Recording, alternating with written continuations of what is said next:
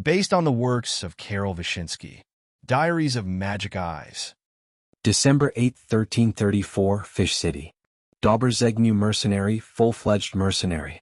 We escorted our clients to a rented house in Fish City and went to the guild to visit our friends. There we met Boguslawa's friend, co-owner of the guild from Forest Grove. They talked for a while, and then Boguslawa decided to visit Plamina. I went with her. I wanted to spend more time with her while I still could. When we stood in front of the door, we heard the voice of Plamina and another woman, probably the one we were escorting.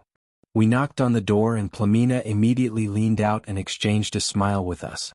We didn't even have time to exchange 2 sentences when we heard approaching footsteps. It was a squad of city guards who announced that they had come to arrest our friend for treason against the kingdom. We couldn't believe what we were hearing. Boguslawa started to argue that it was impossible. Then one of the guards flew into a rage and knocked my companion to the ground with a baton and started kicking her. I didn't know if the guards were right about Plamina, but I knew one thing. A guard has no right to treat citizens like that.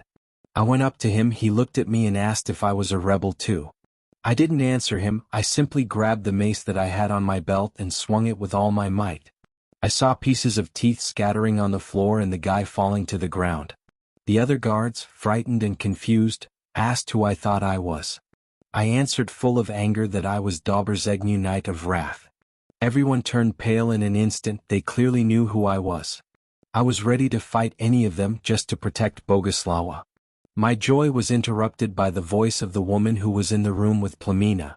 She asked what was going on, and the guard whose teeth I had knocked out tried to mumble something. Another guard replied that they had a warrant for Plamina's arrest, and now they had to arrest Boguslawa and me for resisting. The woman commented that nothing like that would happen and called her 2 guards. They came, took off their coats, and I saw the uniforms of the royal guards underneath. The royal guards announced that we were standing before Princess Mira, heir to the throne of the Northern Kingdom, and if anyone was right, it was her. I stood there in amazement, unable to believe what was happening. Mira here? Why was she talking to Plamina? The city guards gave up and left, and we carried the unconscious Boguslawa to the room and laid her on the bed. I sat down next to her, holding her hand. I wanted to cry, I was afraid that I would go through the same thing again as I had for the past 2 months. I sat there and waited for her to wake up, not even paying attention to Plamina and Mira.